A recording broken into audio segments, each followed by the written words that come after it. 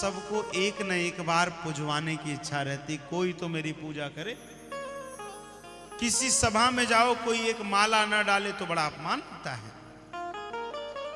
हे पार्वती, मैंने महादेव के रूप में अपनी खूब पूजा करवाई है। अब महादेव हैं, देवाधिदेव महादेव। वो स्वामी चरण लिखते हैं बड़ी अद्भुत बात। काहे को अनेक देव सेवत जागे मसान, खोवत अपान सठ होत हठी प्रेत रे।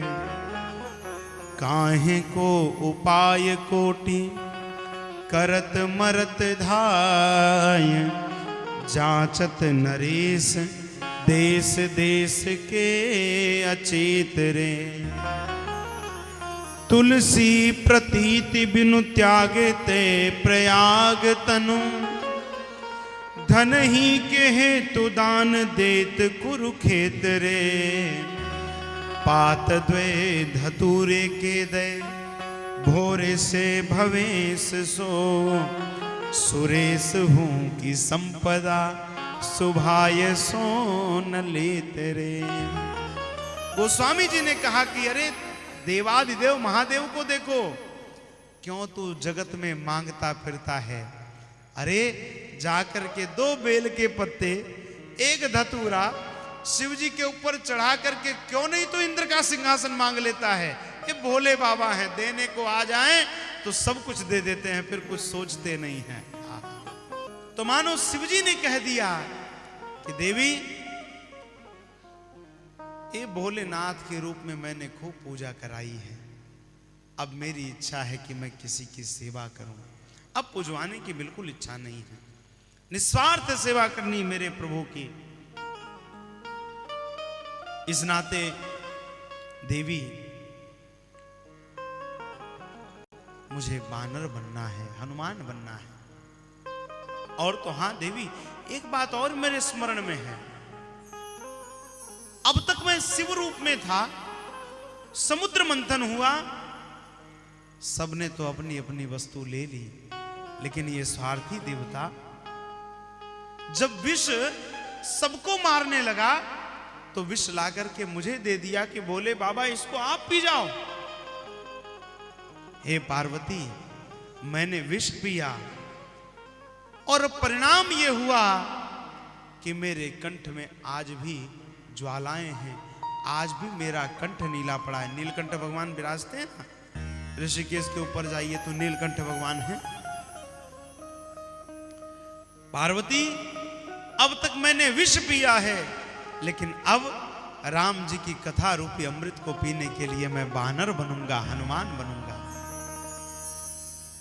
गोपियां कहती है ना, तब कथामृतम तप्त जीवनम, कवि भीरीडितम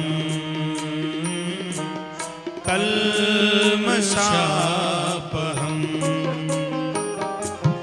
तव कथामृतम तप्त जीवनम,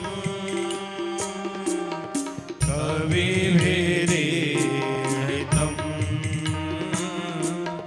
कल्मषापहम। श्रवण मंगलम श्रीमदातम, भुवि गृह्णन्ति ते भूरिदा जना। तव कथामृतम तव जीवनम,